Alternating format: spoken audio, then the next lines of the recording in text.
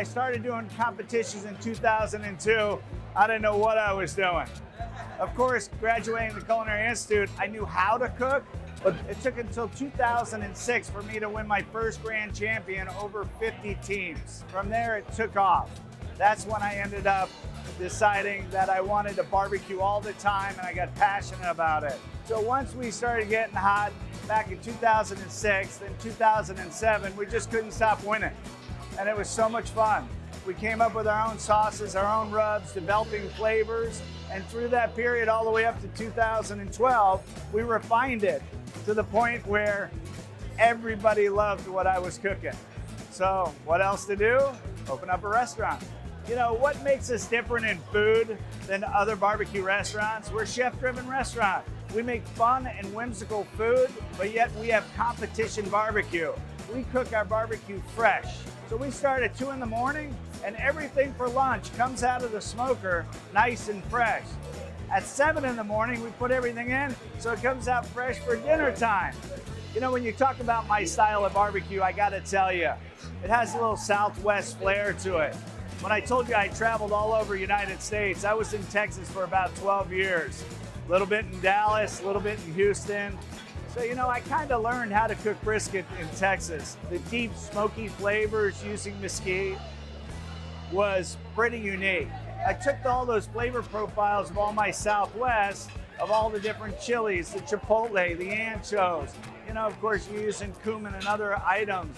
And I've taken all that stuff from being a chef in that area, and I brought it into my barbecue. So if you come and have barbecue here, you're gonna taste those influences right into my own cooking right here. You know, in Kansas City, we're known for a bunch of things. One, burnt ends. We also are known for barbecue sauces. We really refined our sauces, sweet, tangy, spicy. It's gotta pop in your mouth. And we believe at Q39, when I serve it to every customer that's here, I like to give it to them the same way I used to give my judges. You know, if you're cooking in the backyard and you're just starting to learn, it's really important to find a good smoker and just practice on it. The more and more you cook on that apparatus, the more and more you're gonna learn about it. The important thing is try to cook to make sure that you retain the moisture in your product. To do that, get a nice bark. Make sure it looks great. Don't burn it. Once it's done, don't be afraid to wrap it in foil. Once you wrap it in foil, put a little au jus in it and let it finish cooking until it's nice and tender. I think any barbecue that's moist is good barbecue. You can always refine your flavors, but cook it right first. Everything else will work out. There's a ton of ways to do it. It doesn't matter whether you do it a little bit different on the right or left. The bottom line is when you're done, it's got to taste good. You know, don't sweat it. Barbecue's fun. Jim from Canada. Jim! My 4th time here. 4th time? 4th time. I love this place. This is your first time to Q39 and you're from out of town, I got to tell you, you got to try the Pick 3. You got to try the competition barbecue. That's usually the first thing I tell everybody you got to try.